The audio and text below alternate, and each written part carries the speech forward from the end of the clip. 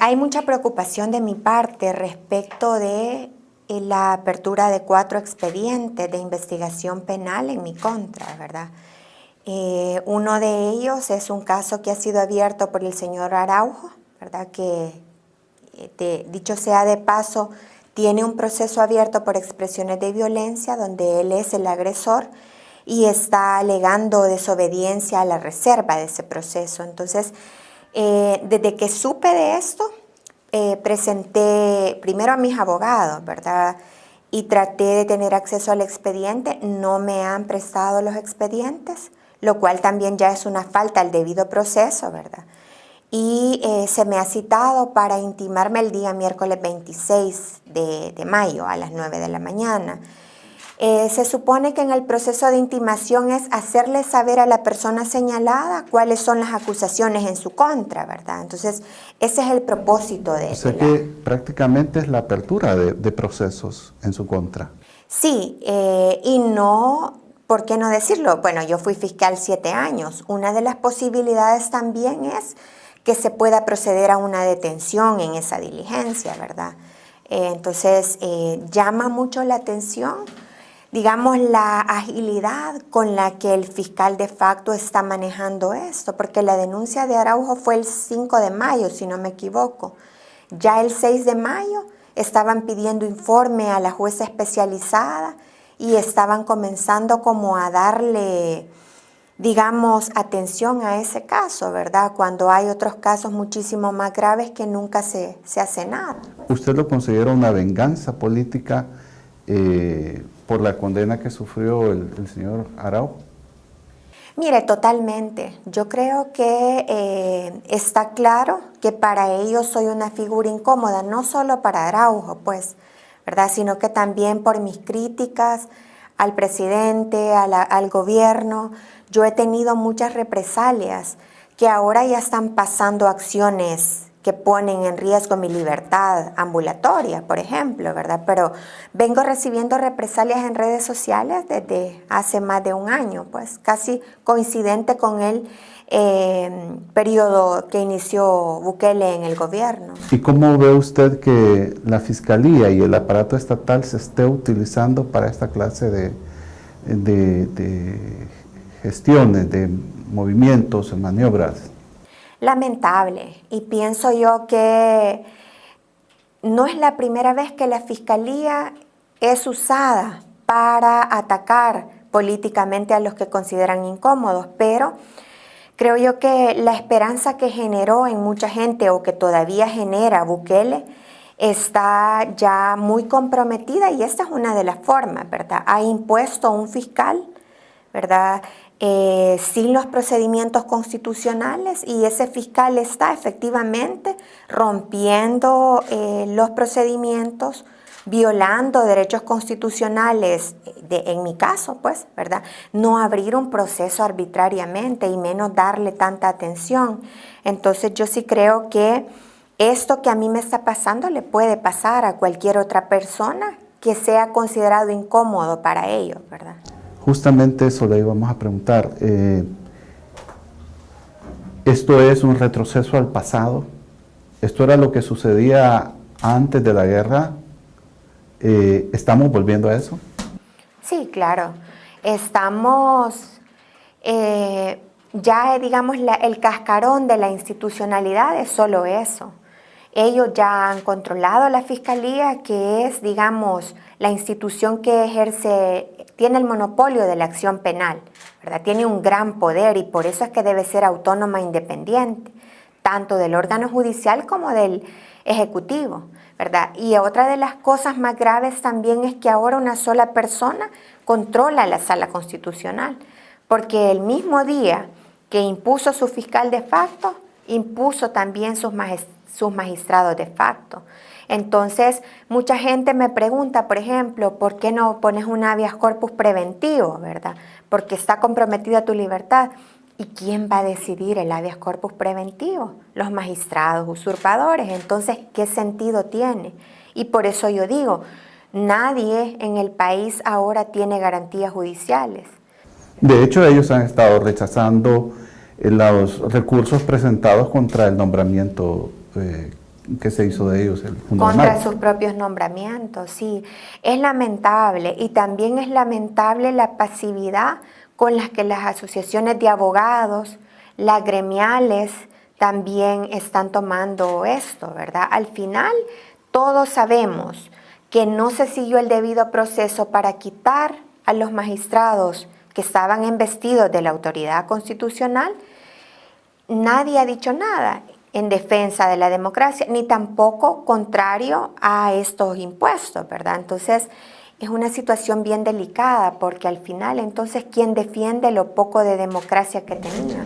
Usted como abogada de la República y por ende sus colegas que tienen que defender la ley, ¿usted qué cree que debieron haber hecho las asociaciones de abogados, de jueces, los mismos magistrados de la Corte Suprema de Justicia cuando se hicieron estos movimientos, estos cambios? Mire, primero decir, ¿verdad? Hay mucho miedo en el ambiente, mucho miedo, porque realmente el presidente es un matón que abusa del poder contra el que lo contradice. Eso está clarísimo, en la estrategia del miedo. Pero yo, y sin querer juzgar, ¿verdad?, lo que hicieron o no hicieron, hubiera esperado más de las gremiales de abogados, por ejemplo, de los mismos otros magistrados de las otras salas, ¿verdad?, que no reconocieran a los impostores, que no se sentaran con ellos a decidir los temas, porque simplemente no tienen legitimidad, ¿verdad? No fueron elegidos con el procedimiento que establece la Constitución, y ellos mismos estaban validando el atropello a las carreras judiciales de los magistrados que quitaron, ¿verdad? A mí me duele mucho, por ejemplo, en lo particular, el caso del magistrado Carlos Sánchez. No es mi amigo, ¿verdad? Ni nada. Simplemente siempre he admirado su carrera judicial, ¿verdad? Ha sido un hombre que se ha cuidado mucho, muy técnico, muy estudioso, y es muy lamentable lo que ha pasado con su carrera, ¿verdad? Que se la truncaron sin haberle seguido un debido proceso, ¿verdad? Atentando contra la independencia judicial, la separación de poderes. Y más lamentable es que lo hayan dejado solo, porque yo así lo veo, ¿verdad? Al final. Se está usando el aparato estatal y eso está convirtiendo al gobierno en juez y parte en estos momentos. Es el que decide vida y obra de la gente. ¿Qué tiene que pensar el salvadoreño de a pie? ¿Qué es lo que ocurre cuando se imponen regímenes de este tipo y son los que deciden sobre la justicia, sobre los derechos de la gente? Mire, hay mucha gente que, aunque no lo exprese en redes sociales o en espacios públicos por el mismo miedo que existe, ya están cayendo en la cuenta de cómo este control total por parte del presidente, del órgano judicial, de la fiscalía, está incidiendo en sus derechos.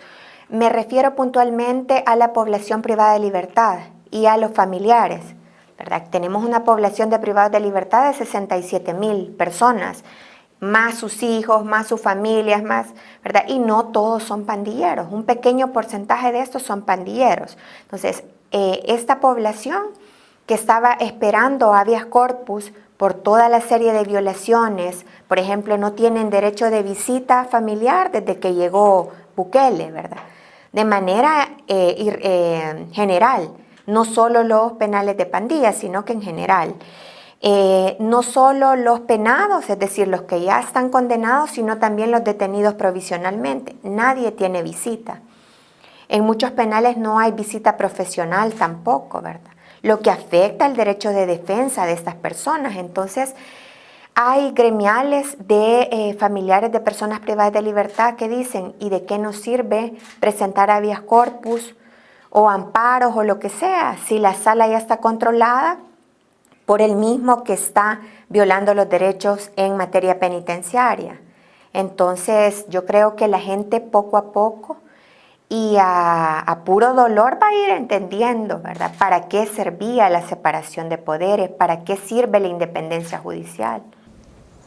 Y en este sentido, ¿qué debe hacer la comunidad internacional, las embajadas, por casos como el suyo?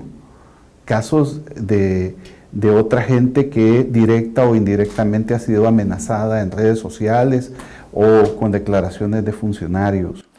Mire, en mi caso yo recibo amenazas de muerte, amenazas de que me desaparezcan todos los días en mis redes sociales, en público y en privado, ¿verdad? Es un proceso de estigmatización muy complicado, sobre todo por el nivel de violencia que tenemos en el país, violencia social, digamos.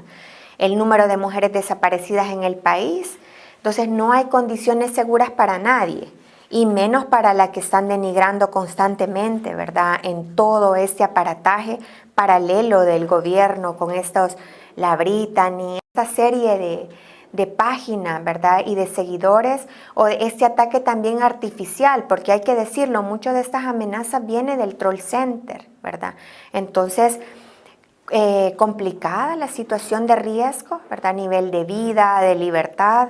Yo haría un llamado a las embajadas, ¿verdad? Para que también asuman un papel más protagónico en la protección de derechos humanos, ¿verdad? Porque no solo soy yo, digamos, la que están denigrando, atacando, amenazando, ofreciéndole cárcel, porque literalmente eso es lo que estamos viviendo, ¿verdad? Yo tengo bajo amenaza mi libertad. Entonces, que se pronuncien fuerte contra este tipo de amenazas a la libertad de expresión, de pensamiento, libertad ambulatoria. Entonces, yo creo que es momento ya también de hablar de sanciones, pues, ¿verdad?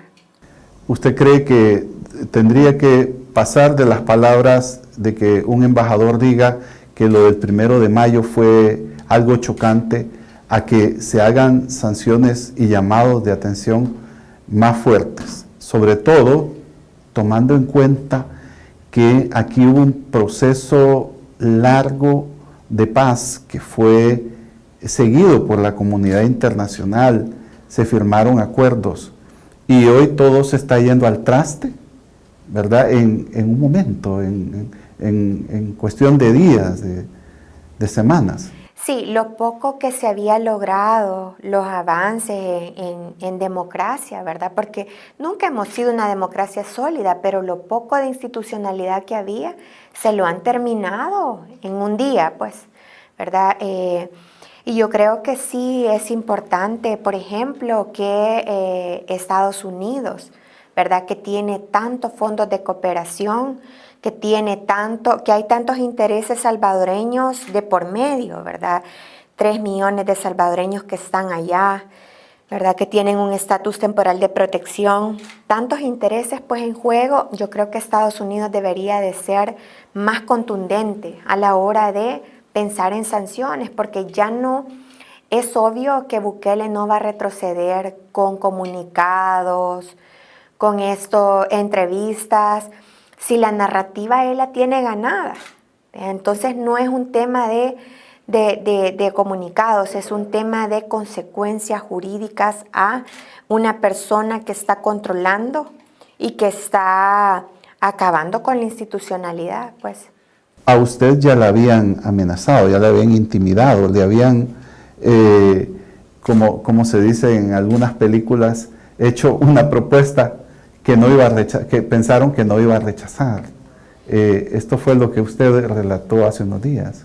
Sí, fíjese que me ofrecieron efectivamente una embajada, ¿verdad? Lo cual también es corrupción, ¿verdad? Ofrecerle a alguien que no tiene ninguna preparación diplomática, nunca he trabajado en una embajada, ni tampoco he dicho que tengo interés en eso, y que se le ofrezcan en términos de, mira, anda a descansar, ¿verdad? Cállate, descansa, ya no sigas en este rollo para que no te ataquen en las redes sociales. Eso es corrupción, es prácticamente decirle, mira, te damos la embajada, salario, prestaciones, bájale volumen, ¿verdad? Es una forma de callar una voz incómoda. Entonces, sí es lamentable también y uno se siente un poco ofendido, ¿verdad? Por ese tipo de propuestas, pero hay un montón de gente que sí las acepta, que sí les funciona, ¿verdad? Entonces, nada. Y ahora, como no quiere uno como por las buenas, ahora van a usar la fiscalía para callar, ¿verdad? Al final. ¿Quién le hizo la propuesta? La propuesta me la hizo Porfirio Chica, que es uno de los hombres de confianza en materia de comunicaciones de Bukele, ¿verdad? Es el que ha estado detrás, por ejemplo, de estas personas que se presentan como analistas en medios de comunicación, Tania Pastor, Omar Pastor cuando vivía, Félix Ulloa, que era parte de este club de opinadores a sueldo, ¿verdad? Antes de ser vicepresidente, este señor Galeas también. O sea, es un círculo, ¿verdad? De gente que él maneja y que van a las entrevistas a poner una opinión favorable a Bukele y que se presentan como independientes, ¿verdad? Cuando realmente son parte de esta estructura paralela de desinformación. ¿Y qué otros cargos o señalamientos le hace la Fiscalía? Usted hablaba de cuatro expedientes. Fíjese que se me hace los señalamientos de filtración de datos de una persona protegida, que tiene que ver con un proceso del empresario Enrique Rice, ¿verdad? Que también casualmente varios abogados asesores del señor Enrique Rice ahora son asesores de Walter Araujo y de gente de Bukele. O sea, es el mismo círculo, digamos, esa argolla de abogados corruptos que están acostumbrados a manosear los casos, a intimidar a las víctimas. Entonces, al final es una sola, la estrategia es intimidar, ¿verdad? Ofrecer, que exista la posibilidad de ofrecer cárcel a una persona que les resulte incómoda y que quieren deshacerse de ella lo antes posible, ¿verdad? Entonces, así lo veo yo. Sí. ¿Usted qué llamado le haría a los salvadoreños, a la comunidad internacional, específicamente a los embajadores, a sus colegas, a su gremio, a los jueces? ¿Qué llamado les haría? ¿Qué prevención les haría? ¿Hacia dónde vamos? ¿Hacia dónde ve usted que caminamos? Mire, bueno, a la comunidad internacional yo el llamado que le haría es que se posicionen ya fuerte y con sanciones los que tienen un margen para hacer esto, ¿verdad? Hay muchos gobiernos, Alemania, España, que tienen un gran apoyo en cooperación internacional para este país, ¿verdad? Entonces, que pasen ya de los comunicados, ¿verdad? Porque es clarísimo que se han roto las reglas básicas de la democracia, ya no hay separación de poderes, ¿verdad? Entonces, que se pronuncien y que hayan sanciones. Para los jueces, pues que busquen la manera de organizarse y de unirse como gremio en defensa de la independencia judicial, ¿verdad? ¿Dónde está el debido proceso, el derecho de defensa que tanto hablamos los abogados, ¿verdad? Y a la hora de que nos tocan a nuestro gremio, nadie dice nada. Entonces, creo que es el momento de ser valientes, pues, y de defender cada quien desde su área que le toca, la institucionalidad, lo poco que queda, pues, ¿verdad? Y no prestarse, porque también sabemos que hay muchos jueces y juezas y magistrados que se están prestando a lo que quiere Bukele que hagan, ¿verdad? ¿Usted considera que más que complacencia o que indiferencia, entre la gente lo que priva es el miedo? Yo creo que sí, el miedo y bueno, y siempre uno que otro cuadro de arribistas, ¿verdad? Que están dispuestos a todo por llegar a un cargo público, por tener esa investidura, solo por tenerla, porque no representa una defensa de principios ni valores, como debería de ser el derecho, ¿verdad? Pero hay mucha gente que por un puesto deja todo, ¿verdad? Incluso la dignidad pasa por encima de las carreras de otros. Entonces, yo creo que ese sería el llamado también a los abogados, ¿verdad? A no aprovecharse y entrar en esta cadena de oportunismo, ¿verdad? Callémonos, no digamos nada. Y si nos ofrecen atacar al otro, procesarlo, denunciarlo, aunque yo sé que no ha cometido delito, me presto porque me pagan, ¿verdad? Yo creo que ese sería el llamado a revivir los principios, pues. Porque lo que sí estoy clara, no importa si van a ser 5, 10 años, la era de Bukele va a pasar, ¿verdad? Eso sí estoy clara. ¿Cuánto va a costar y a cuántos nos va a tocar? Eso no sé, ¿verdad? Pero hay que prevalecer en los principios, pienso yo, es momento de eso, ¿verdad? Y unirnos del lado del sentido común, del lado de la justicia. ¿Qué enseña la historia con esta clase de regímenes? ¿Se vuelven en contra de sus mismos pueblos? Sí, eso es claro, porque si él realmente pretendiera hacer las cosas distintas, ¿verdad? No hacer la corrupción que ha señalado, ¿para qué entonces va a despojar de sus propias defensas al Estado? ¿Para qué quiere controlar la Fiscalía? ¿Para qué quiere controlar el Instituto de Acceso a la Información Pública? ¿Para qué quiere controlar el órgano judicial?